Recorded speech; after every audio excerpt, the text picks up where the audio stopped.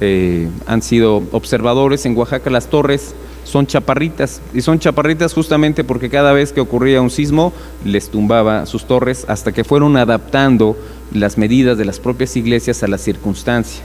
Entonces, hay que entender que este tipo de construcciones están basadas en el aprendizaje y en el error, y que hoy, gracias al avance de la tecnología, sobre todo a la técnica, a los programas de diseño y al tema computacional, sí podemos simular y modelar este tipo de edificios con cierto grado de aproximación para predecir su comportamiento con la visión inequívoca de los ingenieros civiles, que debe ser que las cosas no fallen.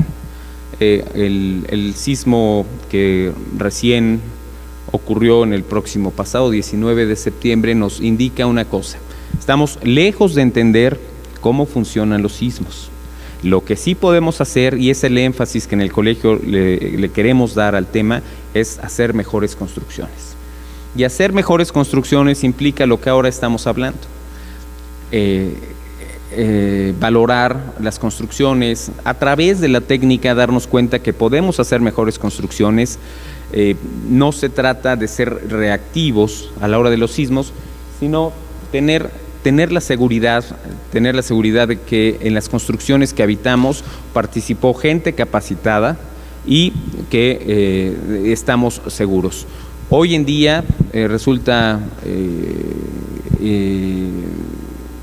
más o menos fácil de hacer, si se tienen los recursos suficientes, que los edificios más sensibles de la ciudad, y también lo circunscribo al propio centro histórico, que las estructuras más sensibles, que son hospitales, que son escuelas, que son sitios donde hay acumulación de gente, puedan considerarse que son perfectamente seguras. Un tema de resiliencia, como se suele utilizar, que además la resiliencia es una palabra que surge de la ingeniería civil, que significa la capacidad que tienen las estructuras de volver a tomar carga después de que han sufrido un evento perturbador. Esa palabra de resiliencia quiere decir que lo que ahora estamos platicando, que es escuelas, hospitales, sitios de acumulación de gente, tengan un tiempo de recuperación máximo de 2 horas en el caso de hospitales, que tengan un tiempo de recuperación máximo de 2 horas en el caso de escuelas. ¿Qué quiere decir esto? Que podemos hacer construcciones que nos dejen seguros de que los ocupantes están bien. ¿Qué tenemos que hacer? En el planteamiento general, modificar, actualizar los reglamentos de construcción. La norma técnica complementaria que es la norma que rige las construcciones, por ejemplo, en el municipio de Puebla, la norma técnica complementaria, y ahora se las enumero, de diseño de cimentaciones, la norma técnica complementaria de diseño por sismo y la norma técnica complementaria de elaboración de dictámenes de seguridad estructural, ha salido del Colegio de Ingenieros Civiles.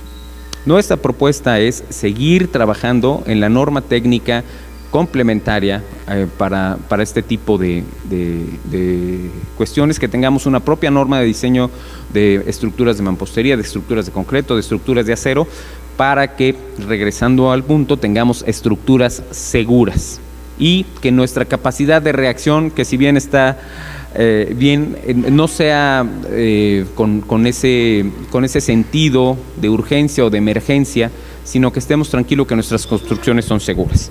Entonces, basados en estos dos planteamientos, es que nosotros estamos trabajando aquí en el Colegio de Ingenieros Civiles una propuesta de congreso, de Congreso de Ingeniería Civil en Ciudades Patrimonio Mundial, que es una iniciativa 100% del Colegio de Ingenieros Civiles, que no es una pequeña parte de un congreso más grande, sino que es un congreso internacional organizado en Puebla, y en el que el eslogan es hacia la trascendencia de nuestro patrimonio, que tiene que ver con temas que ahorita mencionábamos: recimentación, reestructuración, movilidad y seguridad hídrica. Estos 4 temas fundamentales son los que ya ahorita estábamos platicando, que tienen que ver con especialidades de la ingeniería civil, como son la geotecnia, las estructuras, la movilidad, o como nosotros solemos decir, la ingeniería de tránsito, o bien también seguridad hídrica o lo que nosotros llamamos hidráulica.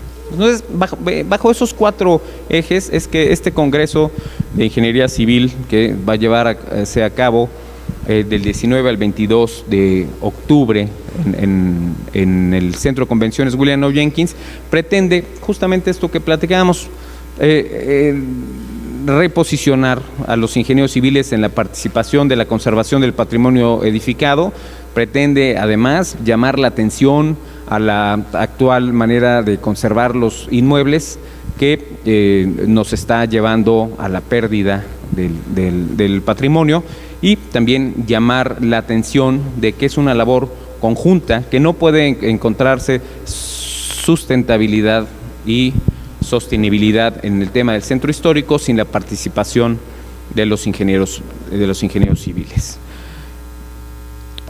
Tenemos la participación en este Congreso Internacional de ponentes de talla internacional. Tenemos especialistas de Italia, tenemos especialistas de Portugal, tenemos especialistas de Colombia, además de investigadores de la propia Universidad Nacional Autónoma de México.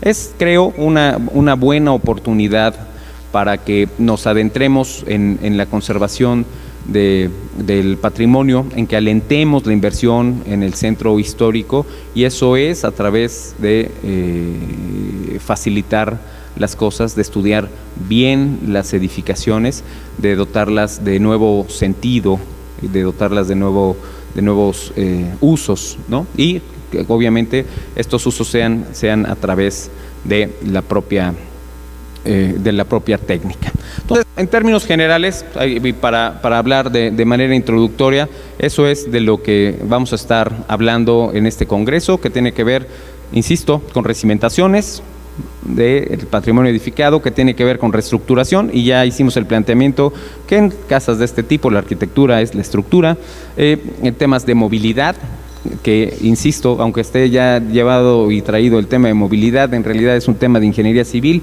y se llama ingeniería de tránsito. Y el tema de seguridad hídrica, vamos a ser capaces de tener el suministro de agua potable y de servicios en el centro histórico. Vamos a ser capaces de evitar inundaciones, porque recuerden que el centro histórico está desplantado a las márgenes del río San Francisco. Si somos capaces de evitar inundaciones, y si somos capaces de replantear la actualidad del patrimonio edificado, insisto, para buscar, como dice el propio eslogan del Congreso que estamos organizando aquí en el Colegio de Ingenieros Civiles del Estado de Puebla, hacia la trascendencia de nuestro patrimonio. Entonces, en general, esto es lo que queremos plantear como la actividad más importante de este 27º Consejo Directivo, del cual hemos estado presidiendo durante ya poco más de año y medio.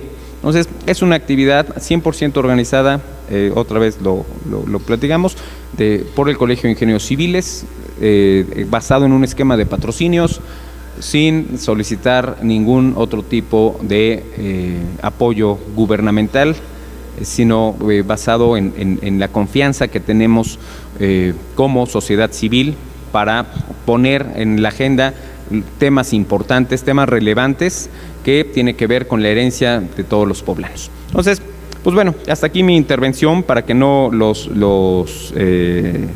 entretengamos mucho más.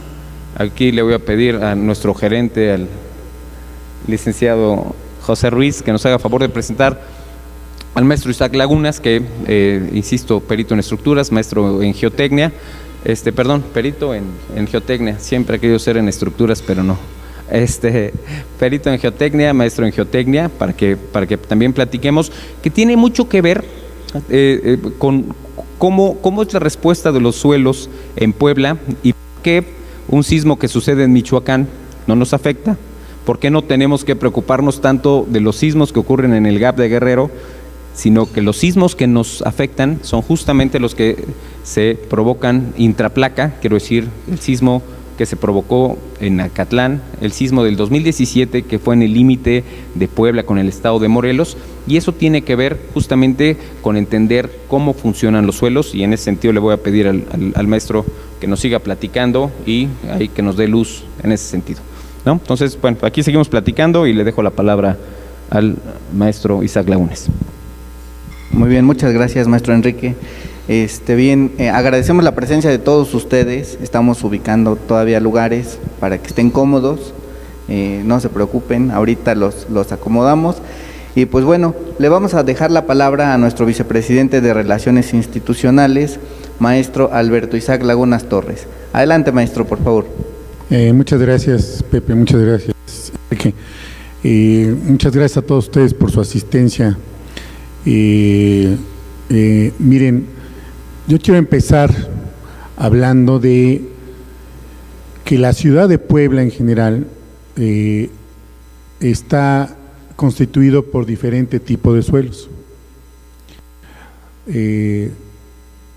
Comparándolo con la Ciudad de México, bueno, Ciudad de México está establecida una zonificación con 3 tipos de materiales, muy blandos, intermedios y de lomas que le llaman, ¿sí?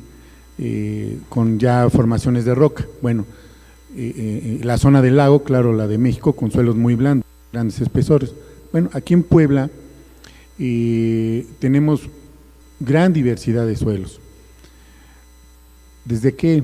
Desde formaciones de suelos blandos, suelos intermedios y resistentes, pero también hay formaciones de roca que se llama travertino, arcillas expansivas, calizas, basaltos, por ejemplo en los cerros. Entonces, sí es una complejidad del comportamiento, como decía el ingeniero Enrique, entre un punto y otro del comportamiento ante un sismo. En el mismo centro histórico,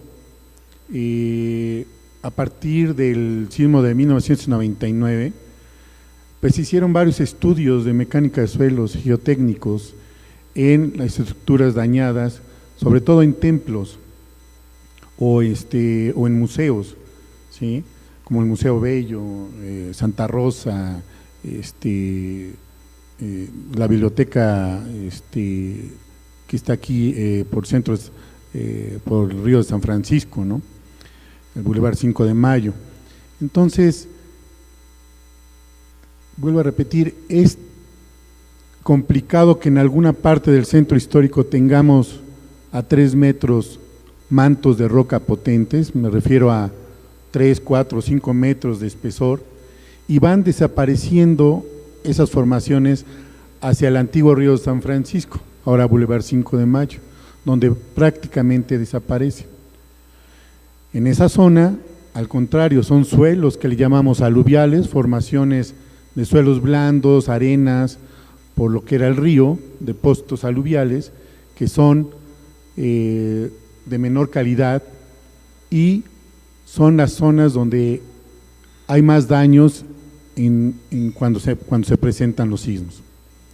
Yo quiero hacer un símil. Ustedes imagínense en un plato una gelatina que no está congelada y otra que está completamente congelada. Entonces la que no está congelada está blanda, ¿no? Imagínense. Y la otra es muy rígida. Entonces, imagínense que arriba de cada uno de esos platitos con la gelatina está el mismo tipo de edificio, la misma altura, la misma estructuración. Entonces lo hacemos vibrar. Entonces, el que va a sufrir más daños, por supuesto, es el que tiene la gelatina más blanda, vamos a decir, va a sufrir más daños ante el mismo tipo de sismo. Y el otro que es más rígido, probablemente ocurra menos daños. Entonces, lo que quiero recalcar aquí es cómo empezamos a estudiar precisamente las características propiedades del subsuelo. Sin eso, pues estamos con los ojos vendados. No podemos llegar a una edificación y a simple vista dar un dictamen de todo lo que se tiene que hacer. No, se tiene que estudiar desde el subsuelo para ver si es necesaria una recimentación o mejoramiento del material de apoyo. Y de ahí vendrán las propiedades para que los ingenieros estructuristas puedan hacer una rehabilitación estructural. Entonces, todo debe haber un proceso. El otro punto importante es cómo están nuestros mantos acuíferos. Por ejemplo, aquí en el centro histórico, el nivel freático, nivel de agua subterránea, está entre 2, 3 metros de profundidad. En otros lados, como al sur de la ciudad, pues ya está a 11 metros, ¿no? Pero hay algo importante, aunque estemos fuera del centro histórico, por ejemplo, en San Alejandro, en Plaza San Pedro, en la avenida 15 de Mayo, parte de lo que es el Boulevard Hermano Cerdán, a la altura de, cerca de la Glorieta del Amor, lo que es Juárez Cerdán, pues hay suelos muy blandos, aguas sulfurosas, que poco a poco esas aguas sulfurosas van deteriorando nuestros concretos. Entonces, en esas zonas ya hay una sobreexplotación de esos mantos. Al haber esa sobreexplotación, pues vamos a estar consolidando, haciendo que disminuyan los espesores de los suelos blandos. Algo similar a lo que ustedes han oído en la Ciudad de México, ¿sí? Esa consolidación regional que se llama. Bueno, aquí en Puebla, en esas zonas, se está presentando. No nada más ahí, también en zonas de Cholula, donde antes pues tenían sus pozos domésticos y extraían agua a 2 metros, ahora ese nivel ya anda a los 6, 7 metros. Entonces eso afecta también a las construcciones en donde hay depósitos de suelos blandos. Entonces, lo que acá tratamos de inducir es tener una relación conjunta con las autoridades, con las instituciones, que nos permitan trabajar con proyectos integrales, desde estudios específicos hasta una real y verdadera reestructuración. ¿Qué es lo que se busca? Pues estructuras seguras, estables, económicas y de calidad. Entonces, hemos tenido experiencia en algunas edificaciones donde se han recimentado completamente bajo cada muro de carga que ustedes ven, por ejemplo, en esta construcción, se han recimentado y se han obtenido respuestas muy adecuadas, buenas respuestas ante los últimos sismos. Pasando a lo que comentaba el ingeniero Enrique, es ¿qué pasa con nuestras zonas de agua subterránea aquí en el centro histórico? Bueno, pues se tendrán que revisar, rehabilitar estos drenajes que tienen muchos años, bastantes años, que posiblemente ya no tengan ni la capacidad o estén dañados estructuralmente. ¿Por qué digo esto? Porque eso se ve reflejado en nuestros pavimentos. Si no está bien lo de abajo, aunque usted le ponga una carpeta asfáltica adecuada, si comienza a fallar lo de abajo, falla lo de arriba. Entonces, por eso son importantes estos tipos de estudios geotécnicos. Tenemos la experiencia del edificio Carolino, por ejemplo, que se dañó en 99. Bueno, se hizo una campaña de exploración con sondeos profundos hasta 30, 35 metros de profundidad y exploraciones al pie de los elementos de cimentación bajo muros de carga. Bueno, el tercer patio del edificio Carolino, que es el que más se acerca al Boulevard 5 de Mayo, donde antes pasaba el río San Francisco, fue el más dañado durante ese sismo. Y esa parte de ese edificio, del tercer patio, se recimentó con una técnica que se llama micropilotes. Entonces, digo, todo se está basado en estudios. Pues esto es lo que queremos impulsar, nuestra ingeniería, ¿sí?, para la aplicación de buenos proyectos de rehabilitación estructural. No sé, ¿qué otra cosa quieres que abunde, Enrique? Espacio, yo sé que andan muy atareados y ocupados. Nada más, antes que nada, por ejemplo, ahorita que hablaba del edificio Carolino, dentro del Congreso que tenemos de Ingeniería Civil en Ciudades Patrimonio Mundial, la visita el día 22, y además es una visita coordinada por el doctor Jorge Rodríguez y Morgado, expresidente también del propio Colegio de Ingenieros Civiles, justamente el edificio Carolino, Y el edificio Carolino es de llamar la atención porque el estado de conservación actual no podría entenderse sin la participación de los ingenieros civiles. Quiero decir, tiene técnicas modernas, tiene elementos adicionales al edificio que nos permiten hoy seguir disfrutando del edificio y que permiten hoy que el antiguo colegio de la Compañía de Jesús siga siendo útil. Y por eso utilizamos justo el día 22, el sábado 22, como ejemplo el edificio Carolino, porque es un buen ejemplo de la participación de los ingenieros civiles en la conservación del patrimonio edificado. Ya nada más platicándoles un poquito de este congreso, el día 19 es por la tarde la participación de los estudiantes. En el Colegio de Ingenieros Civiles estamos muy preocupados de que los jóvenes sigan participando, estamos muy preocupados de que los jóvenes se interesen por estudiar ingeniería civil, aunque lleve matemáticas. La verdad es que es una carrera apasionante y el tema de las matemáticas está haciendo que no muchas personas quieran estudiar ingenierías, pero los que están, pues bueno, van a organizar el día 19 un evento primero para estudiantes, y el día 20 a las 9 de la mañana es la inauguración de este congreso en el Centro de Convenciones William O. Jenkins, en el Alto. Tenemos las pláticas, rápidamente se las voy a leer. Tenemos la participación de la gerencia del Centro Histórico de Puebla, que de hecho es la única participación de un ente gubernamental. El resto son gente de la academia y de la práctica. Tenemos al maestro Juan Manuel Mares Reyes, al doctor Efraín Obando Shelley, al doctor Is Bushiré, tenemos al ingeniero César Solís con una plática muy interesante de seguridad hídrica, al profesor Alessandro Flora de Italia, con temas de geotecnia, a la maestra Roxana Montealegre Salvador, también con temas de movilidad, al doctor Fernando Peña Mondragón, que es de los más avanzados en el tema de estudiar las nuevas tendencias en la conservación estructural del patrimonio arquitectónico. Tenemos al profesor Paulo Lorenco de Portugal. Tenemos además sesiones técnicas en donde se van a presentar artículos de gente de la práctica y de la academia. Van a presentar artículos durante 15 minutos en sesiones técnicas para conocer los avances en cuanto a ingeniería civil en ciudades del patrimonio edificado. Tenemos también la participación del doctor Gabriel Aubinet, que es especialista en geotecnia. Tenemos la participación de Javier Mota, también que él es de Colombia, en un tema de seguridad hídrica, el doctor Abraham Roberto Sánchez Ramírez y el licenciado Javier Treviño Test, también con temas de movilidad. No queríamos dejar pasar la oportunidad de leerles. La verdad es que vale mucho la pena el Congreso, no solo para ingenieros civiles, sino para arquitectos, para todos aquellos interesados en la conservación del patrimonio.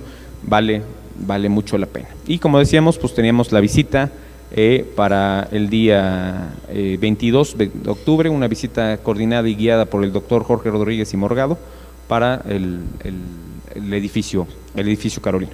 Entonces, si quieren, hasta aquí dejamos el tema de plática introductoria. Le queríamos plantear cuáles son los temas, queríamos hacer un mea culpa de que debemos estar más vinculados como sociedad y medios, que estamos a la orden y a la disposición.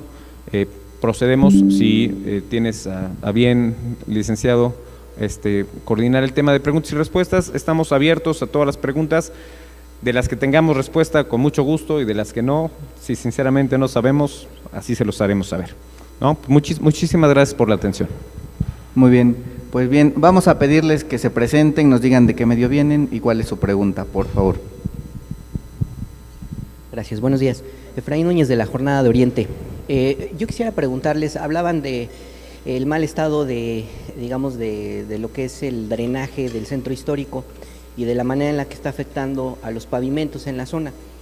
¿Existe la posibilidad de que el mal estado de los drenajes pudiera afectar los edificios? No sé si tenga relación, por lo que hablaban de los suelos. Y bueno, ¿quién tendría que darle el mantenimiento a esta red? Porque entiendo que el encargado tendría que ser concesiones integrales, porque tiene todo el servicio de agua. Sin embargo, el ayuntamiento es el que de alguna manera quiere invertir en esta zona para pues para mejorar la situación, haciendo la responsabilidad que tiene la empresa en este punto. Y en segunda instancia preguntarles, en algún momento el colegio presentó un estudio sobre la calidad de los pavimentos en el municipio. Saber si ya tienen actualizado el dato. En aquel entonces se hablaba del 60% o más del 60% de los pavimentos en mal estado en la ciudad. Saber si sigue esa tendencia o si ya aumentó, si nos pudieran actualizar ese dato. Muchas gracias. Sí, claro. Hay las dos respuestas, la de si afecta los drenajes por el tipo de suelo y el tema ¿cuál fue lo de concesiones integrales? Bueno, eso que yo te lo contesto. El tema de los drenajes no tiene, es evidente que nosotros como ingenieros queremos resaltar la importancia de la planeación. Quiero decir, tenemos que saber a dónde vamos para el 2025, para el 2030, para el 2035, y quiero decir con esto que tenemos que tener programado en qué momento tenemos que cambiar drenajes en el centro histórico, en qué momento tenemos que cambiar y ampliar drenajes en todas las zonas de la ciudad, y eso parte de una planeación integral. Un reclamo generalizado del colegio es justamente que, hablando de la ciudad, el INPLAN sea en realidad el guía del todo lo concerniente a la conservación de la ciudad y todo lo concerniente a elaborar proyección, tener proyecto para hacerlo. Hoy, evidentemente, los drenajes en el centro histórico y en el resto de la ciudad son responsabilidad de Agua para Todos, de concesiones integrales. Creo que como ciudadanos la exigencia es que las cosas funcionen bien.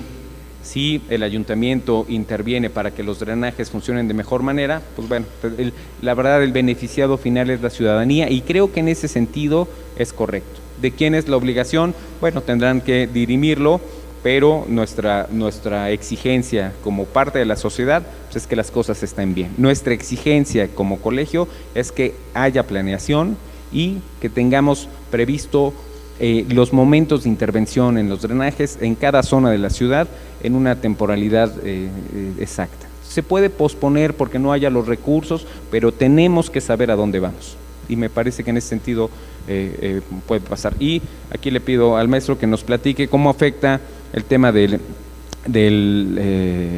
la filtración de agua de los propios drenajes en los suelos. Sí, mire, con respecto a la pregunta del si lo afecta un sismo, solamente que llegue a ser de muy gran magnitud un sismo, pues sí puede desacoplar las tuberías, ¿no? O dañar algunos elementos que ya están sentidos, ¿no? Estructuralmente. Realmente aquí lo que provoca más el daño que se vea reflejado de un drenaje hacia la superficie es precisamente que llegue a fallar un tramo, por ejemplo, de tubería y haya un escurrimiento, ¿no? Una fuga.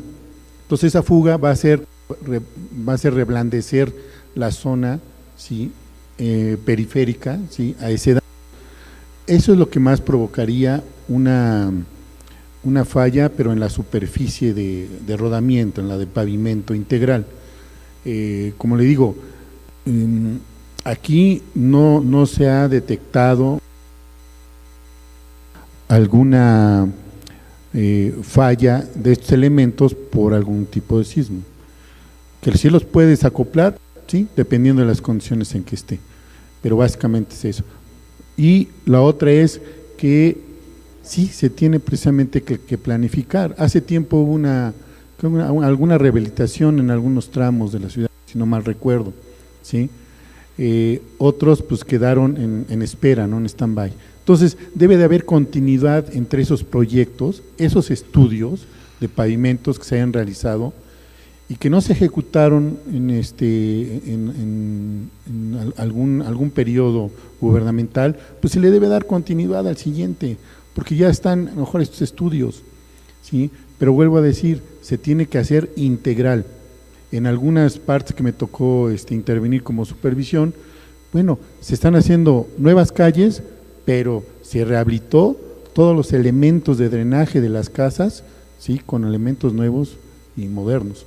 Entonces, ¿para qué? Para que después no estuvieran, ya está el pavimento, ahora voy a abrir una zanja para colocar mi drenaje, ¿no? Entonces, eso es lo que dice el ingeniero, hay que planificar adecuadamente, proyectos integrales. Sí, justo ahí va. Bueno, de hecho se presentó sí un estudio y se realizó un estudio por parte de asociados del propio colegio para el tema de pavimentos. El día 13, que tenemos una nueva convocatoria a platicar con ustedes, justamente vamos a hablar ya no solo del estado de pavimento de la ciudad, sino del estado de los pavimentos de las carreteras del estado. Entonces, ahí la invitación queda hecha para que el día 13 nos acompañen. No me gustaría perderme, como ofrecía al principio, no es mi área de especialidad el tema de pavimentos, pero lo que sí es que la planteamos ya para el día 13, en donde vamos a platicar no solamente del estado de los pavimentos actualmente en la ciudad, sino también en el estado, ¿no? Entonces ahí para que podamos platicar y nos metamos en ese tema. Por favor. Hola, ¿qué tal? Buenos días, David Portillo de SET Noticias.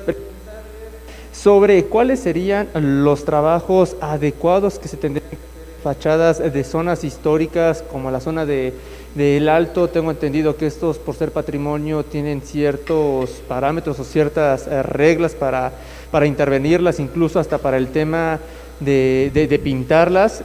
¿Cuáles serían o cuál es el proceso que deben de seguir los dueños para respetar todas estas normativas, o cuáles serían los escenarios? Y a lo mejor sí, abordando un poco más el tema de pavimentos, actualmente vemos jornadas de bacheo, pero a la semana, a los 15 días se vuelven a levantar. Esto se debe a filtraciones de agua, a que el pavimento ya está en mal estado por años, que solamente se encargan de cubrir el hoyo. ¿Qué es lo que se tiene que hacer para mejorar realmente las condiciones de las calles en Puebla, que con esta temporada de lluvias, pues me parece que este es el año donde más baches de grandes dimensiones se han registrado? Bueno, ahí el tema de los baches se lo voy a dejar al ingeniero y yo con el tema de las fachadas. El tema de las fachadas, recién presentaron los colores autorizados para pintar las fachadas en el centro histórico. Y esto no tengo problema en decirlo porque lo he dicho también a las autoridades. Entonces, yo les decía, bueno, si ya nos dieron un código de colores, creo que el dueño podría escoger el color y pintar. Y entonces la autoridad decir, ¿ese sí un color autorizado o no lo es?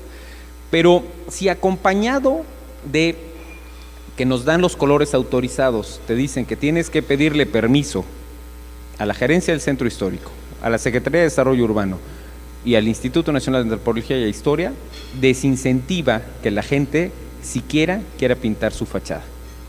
Porque hay una sobreregulación. Me explicaban que retirar la vegetación nociva tiene su metodología.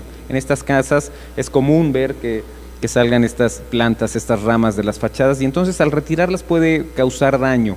Entonces es por eso que se solicita el permiso, pero nuestro posicionamiento siempre es facilitar las cosas. Entonces, si ya están los colores autorizados, nuestra propuesta es que se dé la confianza al ciudadano para que pinte su fachada y después se haga una revisión. Bueno, es un color autorizado, sí, está bien, o que se haga una supervisión. Si tiene alguna vegetación nociva que retirar, que se le explique al trabajador cómo lo tiene que hacer para dañar lo menos posible la fachada, cómo se tendría que hacer, porque que uno para una simple pintura de fachada tenga que solicitar a 3 instancias permiso, me parece sobreregulación, y eso no favorece que tengamos un centro histórico como nos lo merecemos, ¿no? Y le voy a dejar al ingeniero el tema de los pavimentos. Mira, con respecto al bacheo, es muy importante, si se va a ver ese sistema, en el bacheo pues prácticamente no se hace un estudio específico, sino es por un recorrido de una inspección. Bueno, pues desde esa inspección, saber que si tengo un bache en esta zona, y más adelantito otra, y más adelantito otra, y más adelantito otra, pues ya no amerita bacheo, ¿verdad? Ameritaría una rehabilitación del pavimento. Es lo que puede llegar a suceder, que estás reparando un bache y al siguiente, que ya está dañado, pues se deteriore rápidamente. Con respecto a por qué inmediatamente, que a veces reparan algunos, se levanta, ¿no?, la mezcla asfáltica. Porque a veces estamos trabajando con la lluvia y a temperaturas no adecuadas. Entonces, todo ese proceso constructivo es el que afecta. Entonces, si vamos a hacer un trabajo, debe ser coordinado adecuadamente. Y si está lloviendo, pues se tienen que suspender, ¿no?, hasta que haya un tiempo mejor. Porque si tú haces un bacheo y no cuadras bien, por ejemplo, ese bache, no tiene el espesor adecuado, entonces se te va a levantar, porque no colocaste la mezcla a una temperatura adecuada y para acabarla comienza a llover. Y así, ¿qué pasa? Es que quiero avance. Eso no debe de ser. Y eso no nada más pasa cuando están bacheando, a veces pasa cuando están haciendo la rehabilitación de la carpeta asfáltica. A mí no me gusta llamarle relaminación, que estamos muy, esa palabra, ¿no? Es una rehabilitación estructural del pavimento. Relaminación pues es como meter una lámina, ¿no? Y no estamos metiendo lámina, estamos colocando materiales que deben ser de buena calidad. Entonces, hubo una propuesta en mesas anteriores que hay que planificar en qué momento debemos hacer primero esos estudios, y si ya se tienen esos estudios previos, bueno, no estar trabajando siempre en temporada de lluvias, ¿no? Se complican muchas cosas. Entonces, buscar el mecanismo, ¿sí?, buscar esos mecanismos que nos permitan trabajar a lo mejor los primeros días, los primeros meses del año, ¿no?, y no esperarse cuando tenemos peores condiciones climatológicas. Eso es básicamente lo que afecta a esas zonas. Hola, buenos días. Ilse Contreras de Publimetro. Preguntarle respecto a los directores, o bueno, los que supervisan las obras, no sé con cuántos cuente el Colegio de Ingenieros y también cuántos de estos pues han sido solicitados para labores de apoyo en cuanto a revisión de inmuebles históricos o bueno, dentro del centro histórico, por afectaciones de sismo, por lluvias. También no sé si tengan el dato de cuántos inmuebles son los que forman parte del patrimonio histórico y cuántos de estos se necesitarían pues intervenir para justamente pues poder conservar esta denominación que tiene la ciudad.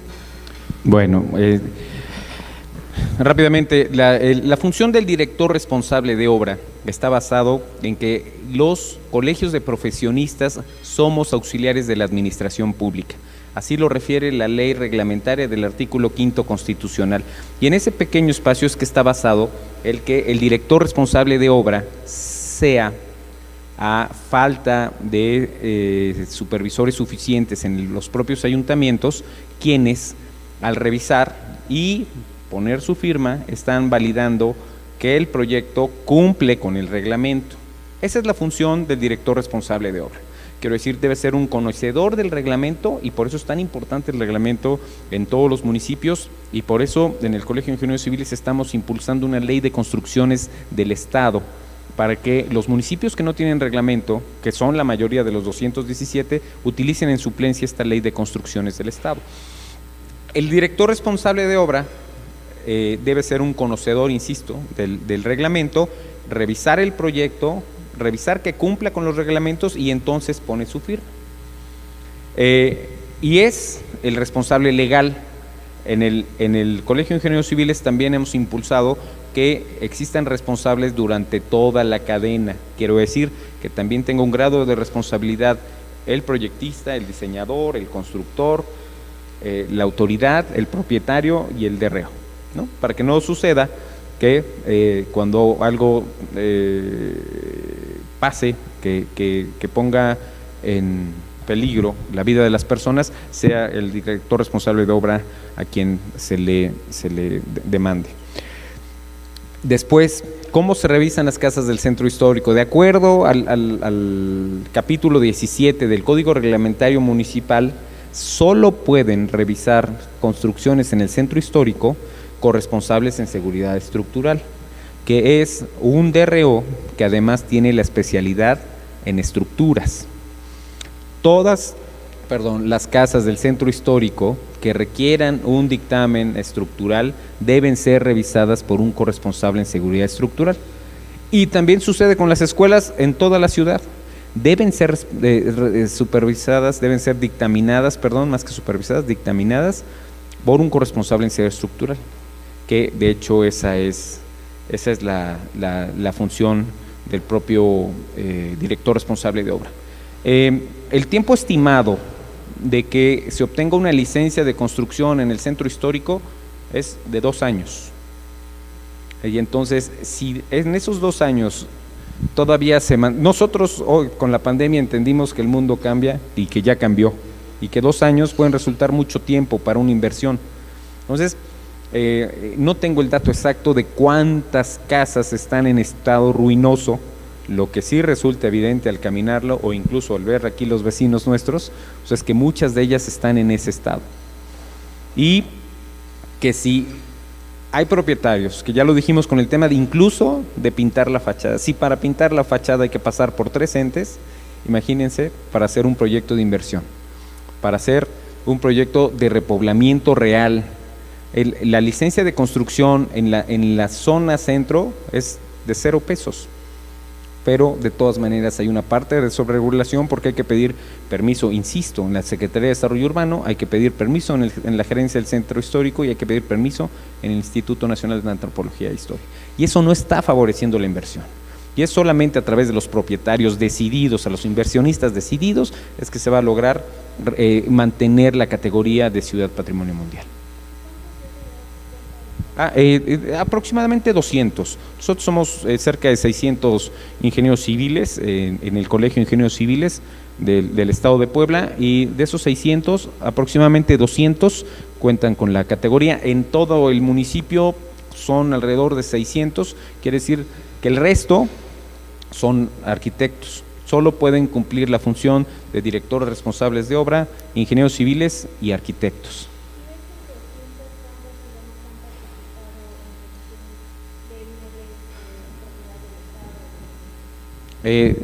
Bueno, la mayoría de ellos funciona. El esquema de director responsable de obra es sobre todo para obra privada.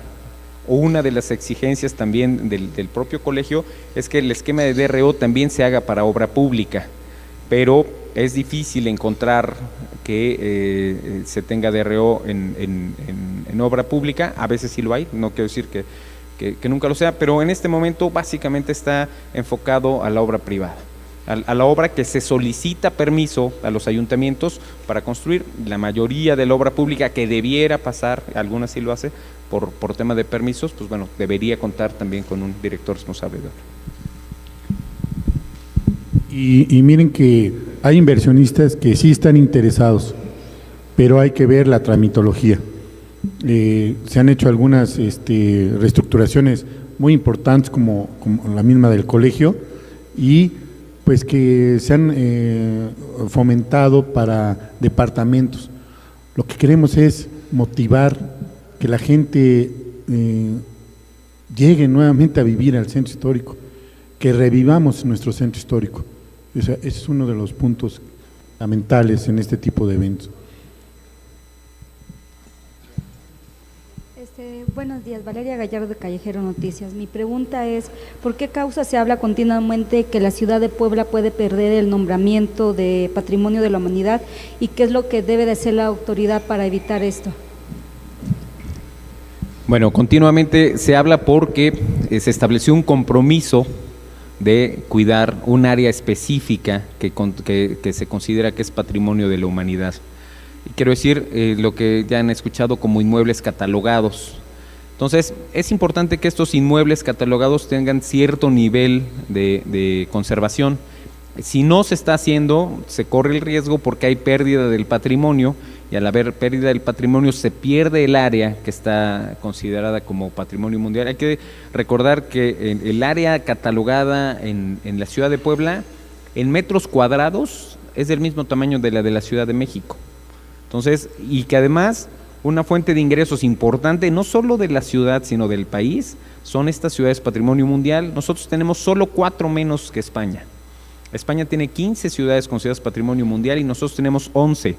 Es un activo de la ciudad que hay que cuidar, porque la gente viene a recorrer las calles y a conocer las casas y a conocer el patrimonio edificado y a conocer las iglesias y los templos, porque valen la pena. Entonces, es ahí que radica la importancia de la conservación, y me parece que en algunas de ellas resulta urgente la participación. Entonces, por eso se habla continuamente de que se pudiera perder la denominación de patrimonio mundial, porque se pierde la causa por la que estuvo la declaratoria, pues simplemente ya no lo sigamos. Entonces, la llamada de atención no es porque estemos cerca de perder la categoría, sino a conservar el patrimonio, insisto, porque las construcciones que son hechas por el hombre están condenadas a desaparecer si no las intervenimos, ¿no? Yo les invito a que busquen en el mundo otra vez, y hay muy pocas referencias de construcciones de más de 1000 años, ¿no? Ni Notre Dame de 1000 años. Entonces, o sea, hay que tener eso en vista, para que cada vez que se intervenga una edificación, pues bueno, se haga desde el punto de vista técnico. Hola, buenos días, presidente. Soy José Antonio Machado, de Intolerancia Día a Diario. El Ayuntamiento de Puebla, a través de su INPLAN, los ha tomado en cuenta en estas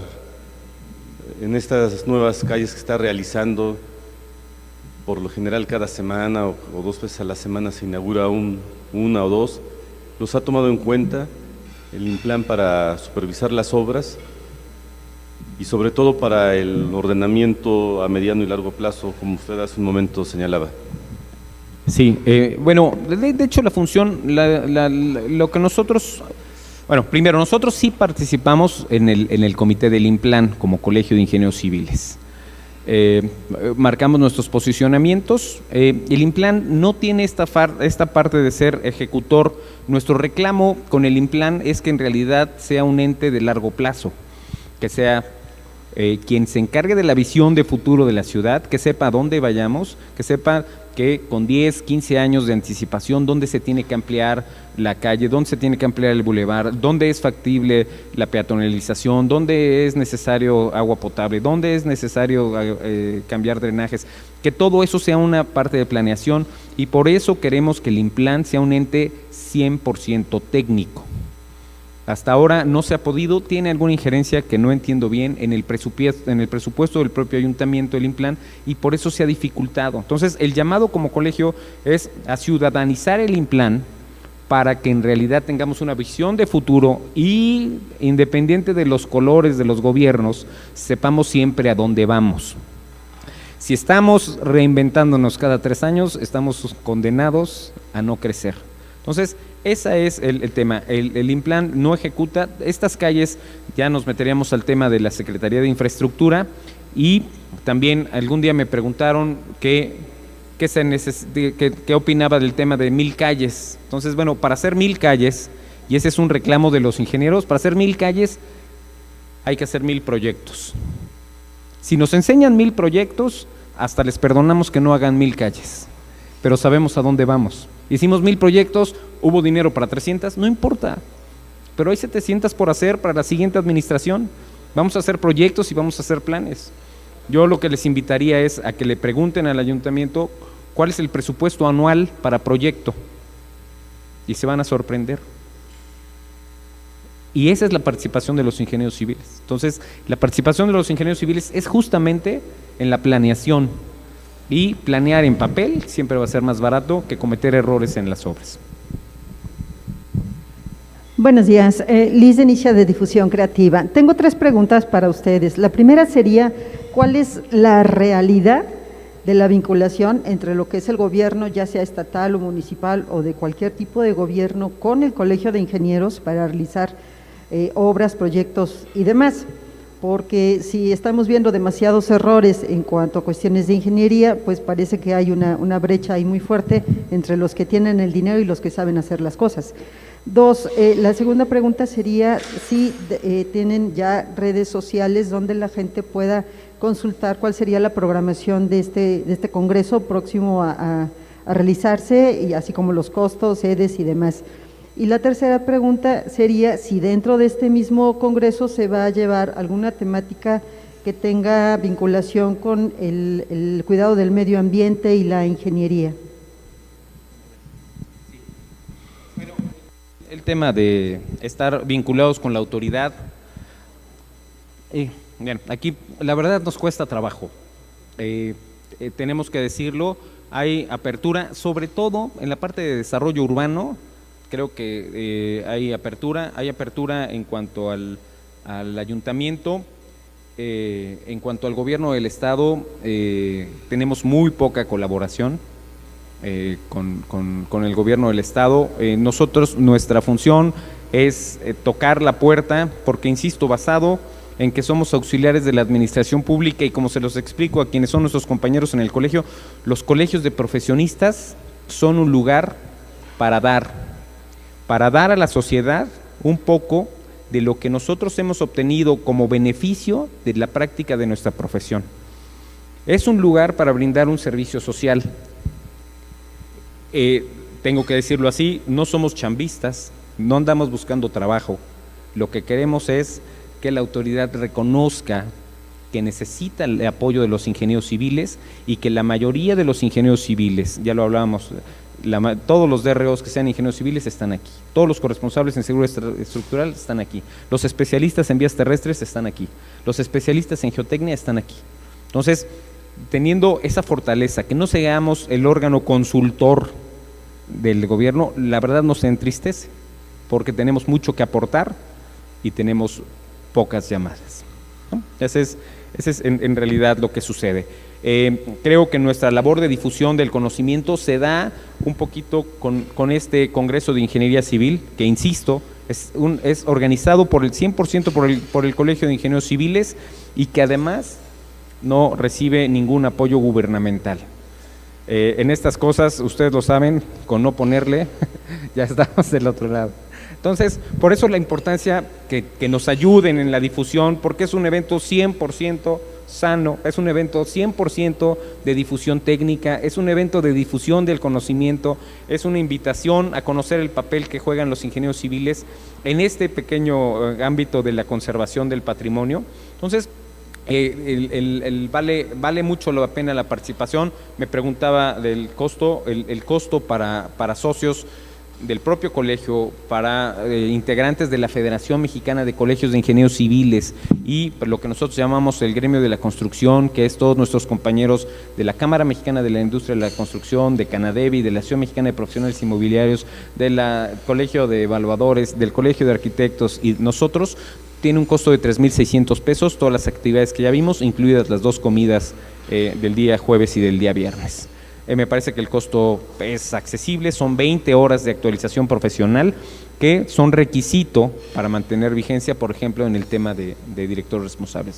Entonces, es un evento que vale la pena. Nuestras redes sociales, estamos en todos como CICEPAC, estamos en Facebook, estamos en Twitter, estamos en Instagram y tenemos, como decía el licenciado Ruiz, poquitos seguidores en YouTube, pero de todas maneras intentamos posicionar al gremio, intentamos que se hable de los ingenieros civiles, intentamos que la sociedad entienda la importancia de que participen ingenieros civiles en sus construcciones si es que aspiran a hacer construcciones seguras.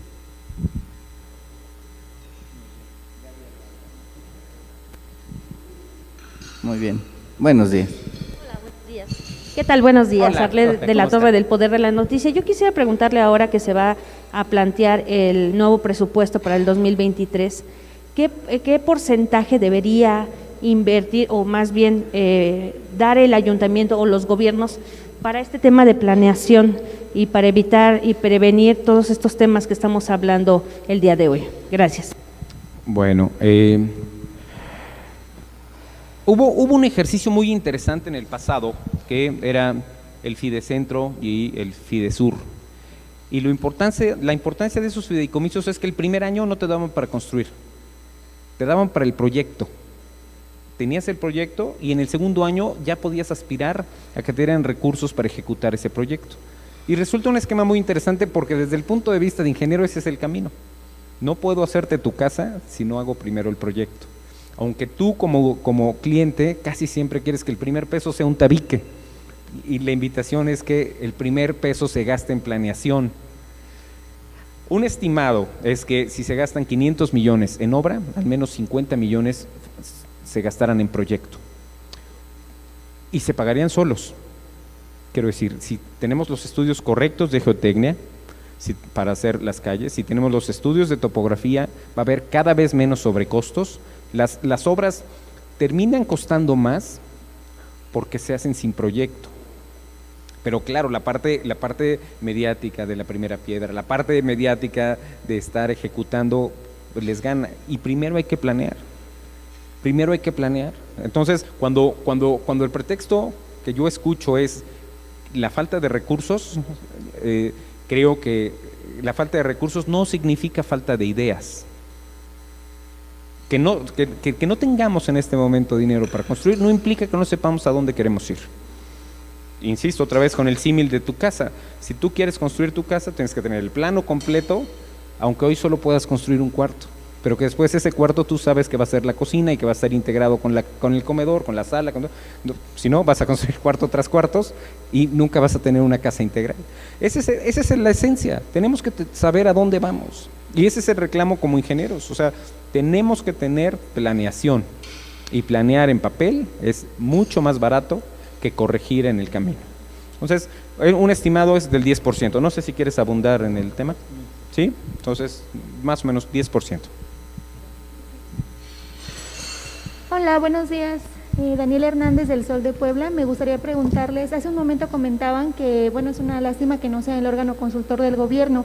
¿Cuáles serían algunos beneficios de que ustedes pudieran llegar a convertirse en un órgano consultor para el gobierno en las construcciones? Bueno, yo creo que el beneficio en realidad es que construyamos juntos el estado que queremos, construyamos juntos las ciudades que queremos. Entonces, si no hay participación, si no hay la discusión sana de cuáles son los proyectos prioritarios para la ciudad, para el estado, para las ciudades del estado, creo que nos estamos perdiendo una buena oportunidad de participar y de crecer sociedad y gobierno. Entonces, la importancia de la participación es justo eso, enriquecer el diálogo.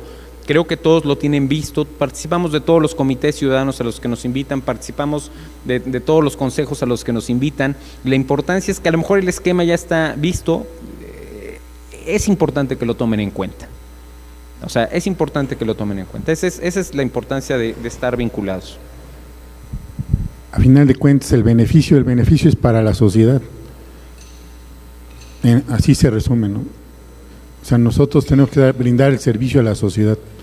Entonces, esa forma de trabajar conjunta, pues se va a resumir en eso. Muy bien, pues vamos a proceder al cierre de esta convivencia. Le vamos a dejar la palabra a maestro Enrique García Fuentes. Adelante, por favor. Bueno, pues nada más agradecerles su presencia. No hacemos esta vinculación con los medios muy continuo. Prometemos hacerlo más seguido, tan seguido que el día 13 de todas maneras los convocamos.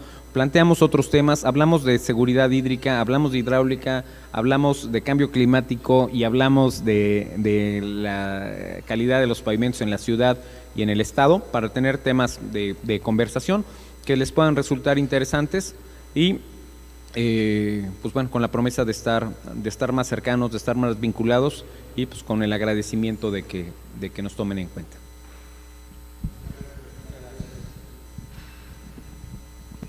Bien, pues para los compañeros que nos siguen en redes sociales, agradecemos su presencia. Para los compañeros de los medios que nos acompañaron aquí en las instalaciones de la Casa Sede, también agradecemos su presencia y los esperamos el día 13 de octubre para la rueda de prensa con el tema de los pavimentos.